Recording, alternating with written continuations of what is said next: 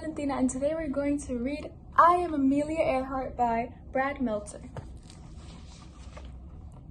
I am Amelia Earhart. When I was little, people told me that girls should wear dresses and play with dolls. They said we shouldn't have unladylike adventures. I didn't agree.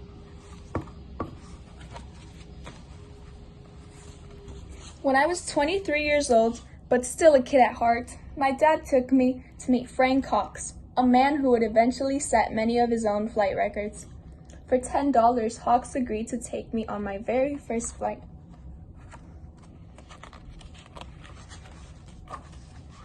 For 10 minutes, we flew through the sky and got over the Pacific Ocean. By the time I was 200 or 300 feet off the ground, I knew one thing: I had to fly.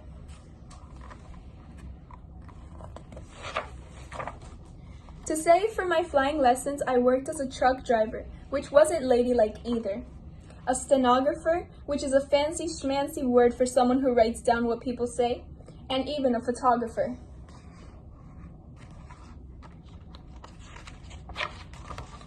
Six months after I learned to fly, I bought a bright yellow used biplane that I named Canary. Canary is a cool name for a plane, right? But here's my secret. I wasn't a natural. I wasn't the best pilot. I just worked harder than anyone else.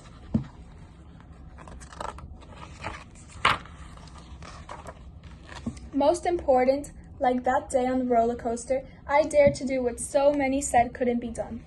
I became the first woman to fly across the Atlantic Ocean, and then the first woman to fly by myself across the Atlantic.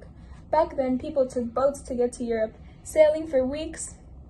Planes were still a new thing. In fact, on the day I took off, one magazine ran an article that said women would never be able to fly that far. But I did.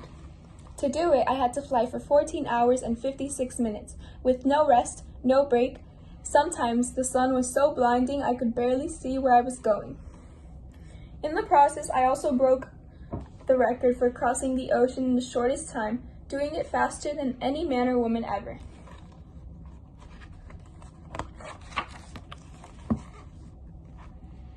In October 1922, I broke the women's altitude record by rising to 14,000 feet.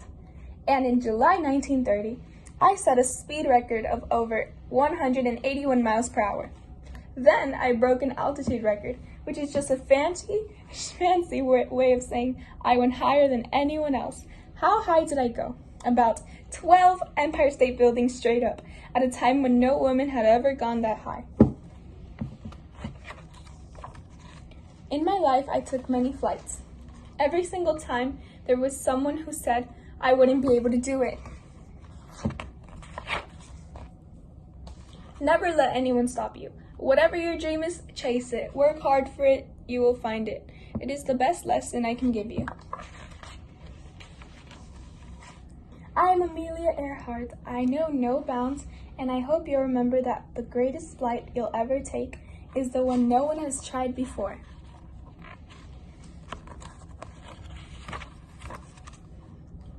This is a quote by Amelia Earhart. It says, "Never interrupt someone doing what you said couldn't be done." Amelia Earhart. This is a picture of her. And a few pictures of her life. So this is the end of the book. Thank you for joining me today in reading I Am Amelia Earhart. Bye!